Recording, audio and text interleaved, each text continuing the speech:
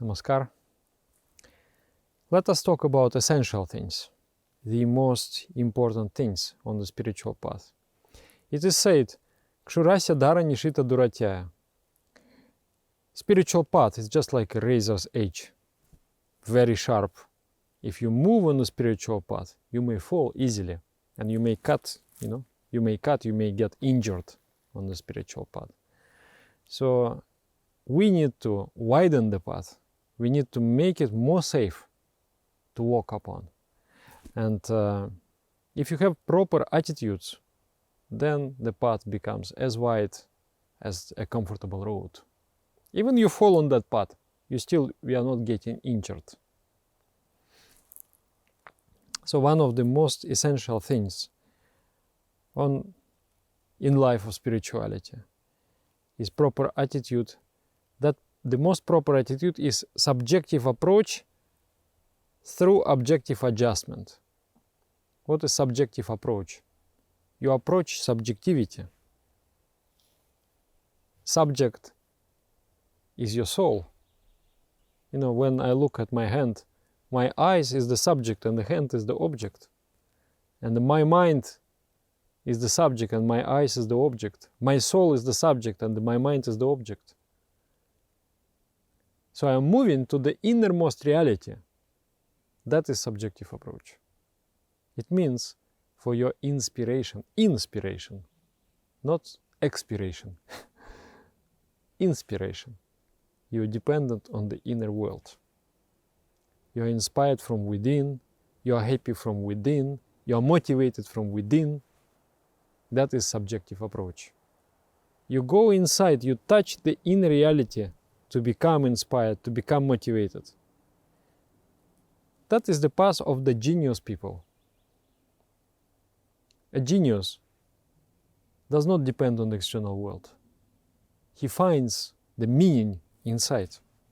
And then he tries to manifest what he has found inside in the external world. And what is objective adjustment? For example, I got very high inspiration, high ideals, and I try to manifest it in the reality.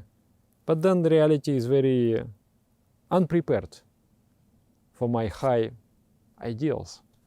So I will have to adjust my inspirations and will fit it into the place, time, and person. For example, my Guru Deva, he was like talking to his neighbors and just simple things, how to make proper relationship in the family, how to cook something, how to educate the children, this kind of topics. So disciples, they asked him, why you are not talking to your neighbors about spirituality? Why you're not talking with them about meditation, mysticism? He said, who told you I don't talk? That's all I talk. But spirituality is expressed. I express it when I teach them how to cook. They love me very much. They listen to me very much. But this is their level of understanding. And I adjust my knowledge with what they can take now. So this is one example of objective adjustment. So subjective approach through objective adjustment. If you rely on your happiness from the external world, you are going to fail on the spiritual path. My Dada one time scolded me so very harsh. Scolded me. I never seen him so angry. He became so angry and then scolded me. I was like shaking. Dada. Really broken my ego like. Then he became mild. Then he talked to me.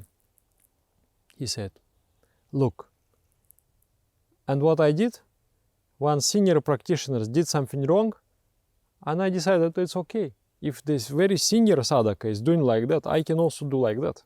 So I started to imitate him. He said, look, spirituality is inside of you.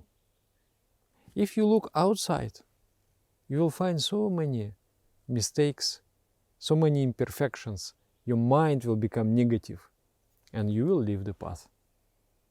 But if you feel that Supreme is inside, the path is inside, and you follow it internally, whatever will happen in the world, you will never lose your inspiration. So that was a divine gift that my Acharya, my Dada, presented to me. He said this, follow an internal path. Whatever the people do outside of you, you are not concerned with that. You are only concerned how much you follow the truth. That was beautiful. Another part, how to sustain yourself on a spiritual path is truthfulness. The supreme entity, the divine entity, is just like a sun. The light is always there.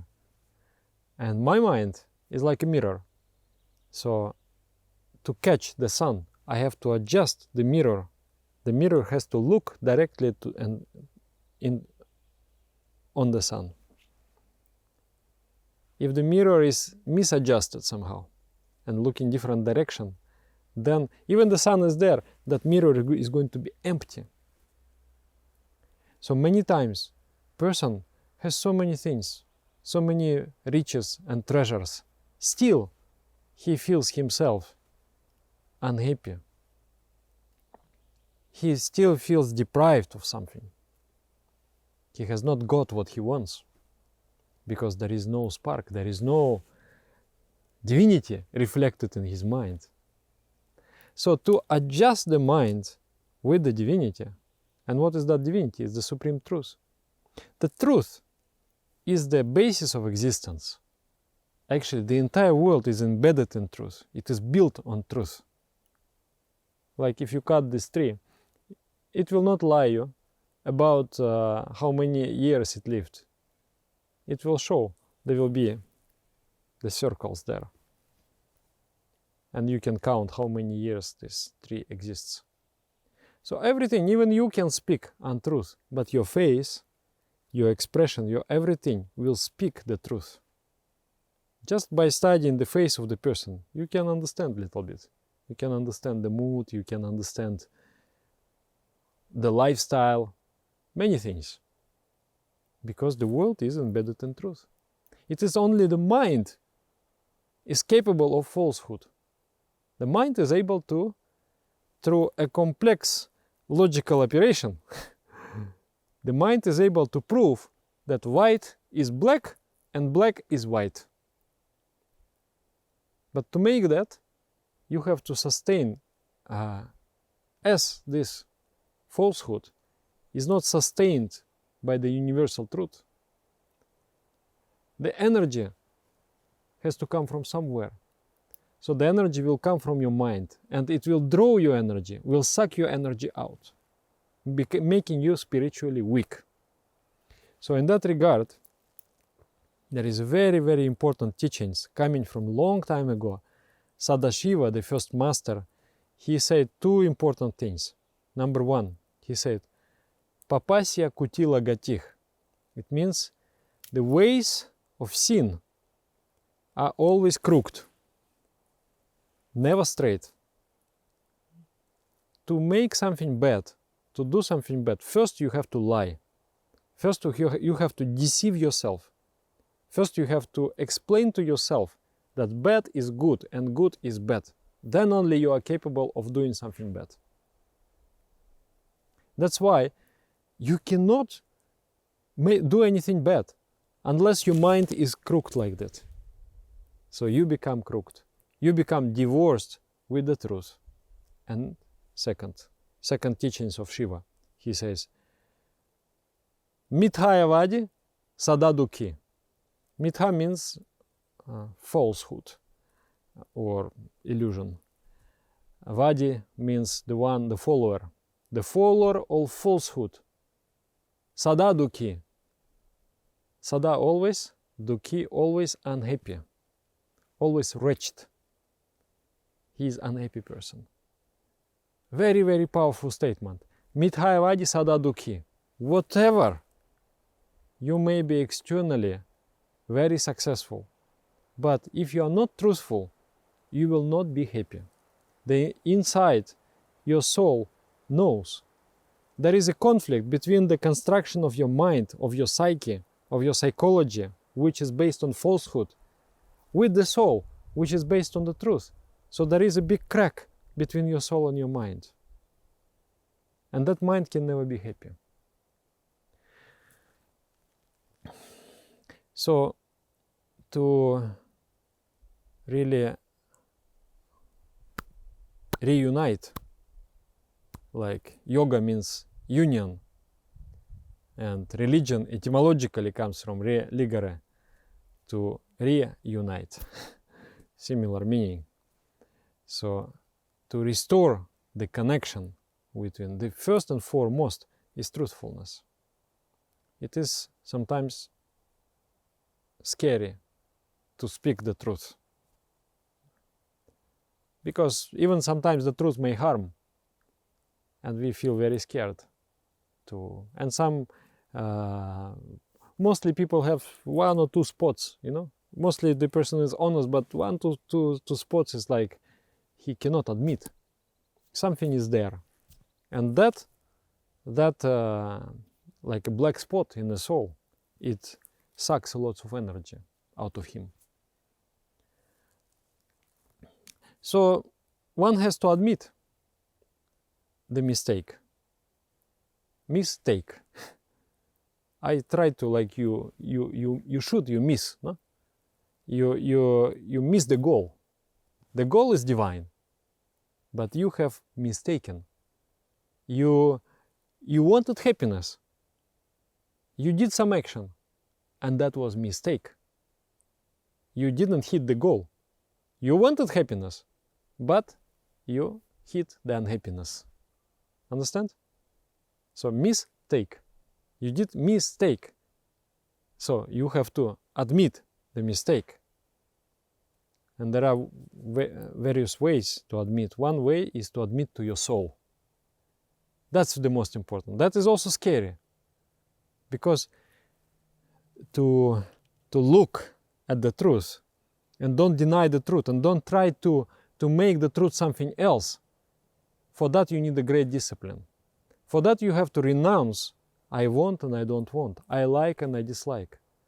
And just by looking at the truth, even you don't do anything, just admit this is the truth. By admitting the truth, already the healing process starts in your soul. Even for yourself, when we admit this was a mistake, this was not right, give up justifications. Give up building up those, the crooked constructions. Just admit, no, this was not true. This was not right. From that, healing starts. I remember one time I was giving a lecture on Jama-Niyama, yogic principles of conduct. And one lady, she was asking so many questions, very, very sincerely. And then later on she wrote me, she said, Dada, what miracle is this? I didn't start to apply these principles. I just thought about those principles. I just started to think about them. And I started to recognize that this is the right way. And she said, this very action, just mental action, that I just start to think about the truth. Miraculously, I had a long conflict with my mother. Suddenly, we made peace with my mother. Suddenly, we had a conflict at my work. We made peace with my colleagues, and the harmony was reinstated. What miracle is that? I didn't even do anything. I only started to admit and recognize I was not right. This inner admission, this inner recognition of truth is extremely important. So with that, the heart starts to heal. And then you catch the sun in your mirror and you become resplendent. Like there is this song.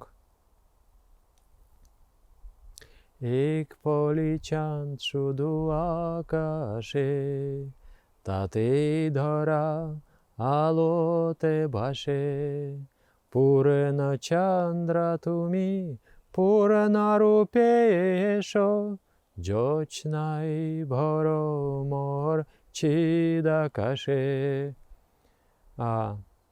Or there is even the crescent moon is enough to lead the earth, or the supreme entity, or supreme consciousness, your full moon, come to me in your full form and light my inner existence with the light, with your divine light. So that's the one beautiful song that I want to turn to the truth, become perceptive of that, and let my mirror will become resplendent. I will become happy. So just for happiness, not much is needed. Subjective approach, objective adjustment. Find happiness within, not without, not outside, but within. For that you need to do meditation. For that you need to come in touch with the inner divinity. And then truthfulness. Insight. Restore, recognize, and then, like you come to the dentist, and then he's going to drill your teeth. And then you will feel pain. Then you will hit the dentist and run away. You can do like that. But it will not cure your pain. So sometimes the truth is painful. To look at the truth is painful. Because you feel like, why should be like this? It's very harsh. It does not align with my desires. So to follow the truth, I have to renounce my desires. So that is painful. But if you have pain inside, it's like there is some inflammation there and you need to clean. So the dentist is going to clean everything and heal you. So the truth is going to clean everything and heal you. You may hit. And you may say, why the spiritual path of these people, fanatical religious people, something like that. They are all mistaken, and you can put bad words, you can speak bad words about it. But it will not heal your pain. It will not heal. What will heal if you don't turn away from the truth? This is the truth.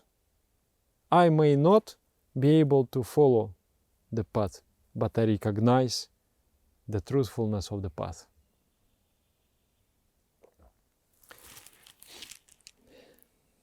When I got second lesson of meditation, the essence of second lesson is before every action you repeat mantra and you ideate that divine is with you, acting through you, and your action is divine and everything is divine.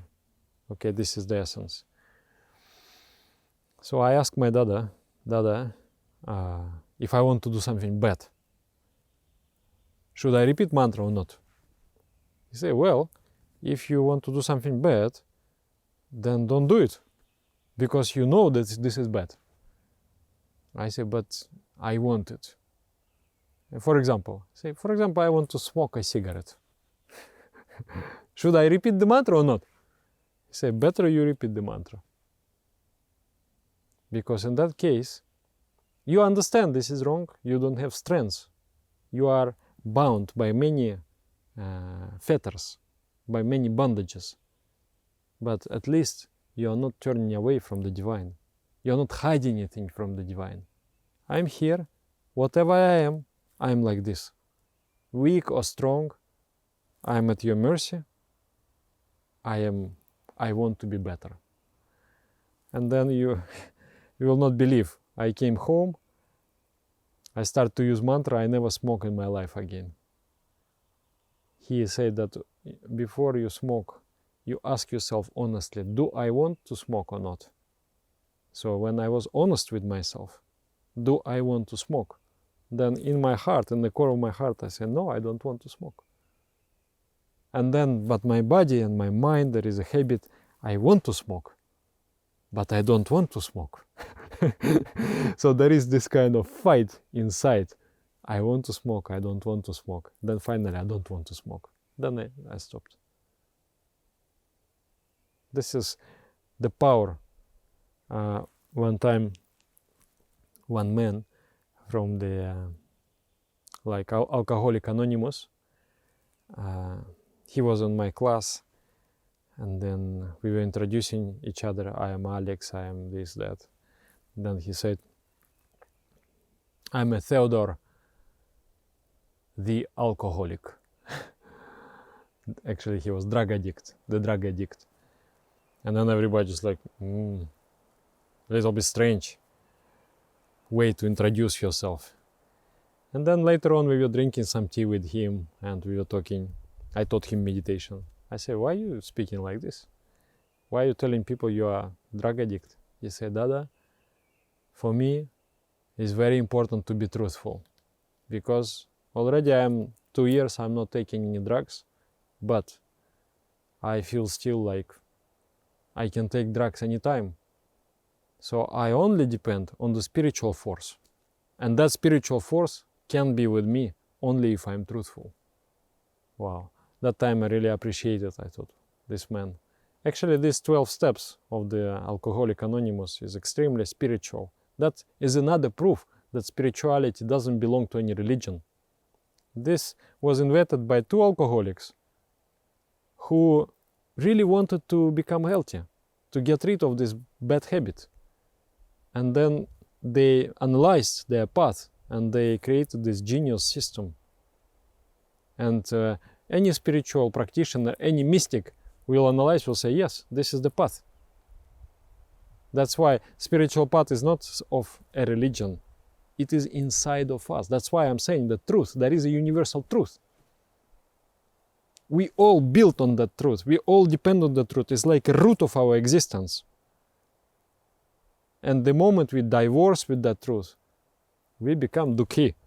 We become unhappy, wretched. That's why mitayavadi sada dukhi. If you are lying, if you are untruthful, you are going to be unhappy. So, be one with your spirit. Let us be one with the spirit. And then admitting. Admitting is also, it has great, even internally it has a great. My friend, there was one event going on in spiritual life. Our guru, he was making something which is called Dharma Samiksha. Dharma means spirituality, the path, and Samiksha means like checking. The guru is going to check whether you are following or not, whether you are a righteous person or wicked person, whether you have some spots inside that needs to be cleansed. So in one way it was a terrible event, because the guru will look at you like this, from up to down, down to up, and then he will start taking out of you things. In this year, such and such day, you have done this. Do you admit? Yes, I admit. And sometimes very embarrassing things. So he would take one by one, one by one. And then after that, he would give you some kind of penance that you should rectify. You should, some kind of sort of spiritual punishment, but not really punishment, the correction that you undergo some penance to really correct yourself. And after that, person feels so clean, so pure, that all the past is no more, is gone. Now I am completely pure.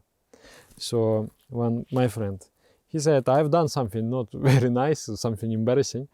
So I was asking internally to Guru that, I am open with you. You know everything. I don't mind that you know. But why they have to know? Please, don't embarrass me. Don't take this out of me. You can punish me, you can do whatever you want with me. I admit everything, but don't disclose. Then what happened? Guru Deva asked, are you doing asanas twice a day? He said, sometimes I do once a day. And on that ground, he bombarded him, completely destroying his ego.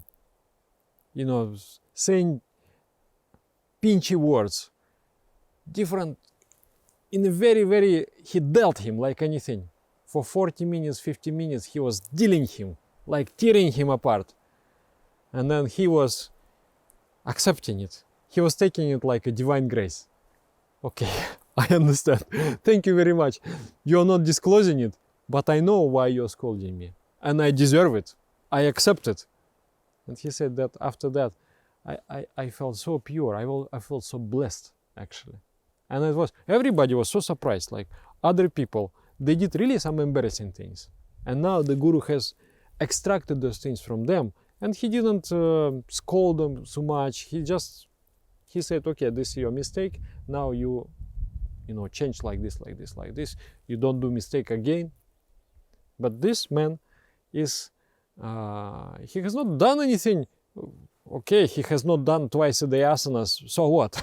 It's not such a, great crime or something. But Guru has really dealt him so strongly, so fiercely, just like demolishing his ego. And then he said, nobody could understand. I understood. That was my inner connection with the Master and his purification of me. So he returned me to the path of truth. He returned me. He made me pure again. So even admitting before your soul, admitting before the Supreme the mistakes what you have done, and requesting for the correction, it's a powerful thing. It's a powerful thing. Of course, if you admit before society, it's even more powerful. But it is sometimes possible, sometimes not possible. But this inner acceptance is extremely important. And making black into white and white into black, this is the most dangerous spiritual activity, unspiritual activity, that tears you away from God. So don't try to be crooked. Straight and simple, in your mind, in your soul, everything aligned.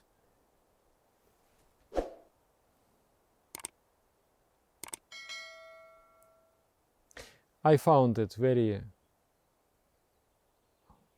encouraging, very sustaining to find a personal guide, a symbol with whom I can talk. It has become my Guru. In my mind, I talk to him.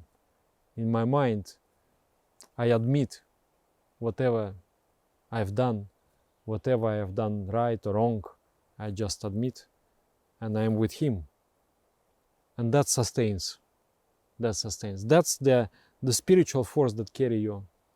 But if you are too much objective, you rely on the world, on the happiness of the world, name, fame, wealth, these kind of things, then it is very difficult to survive on the spiritual path. Your happiness should be inside, internal.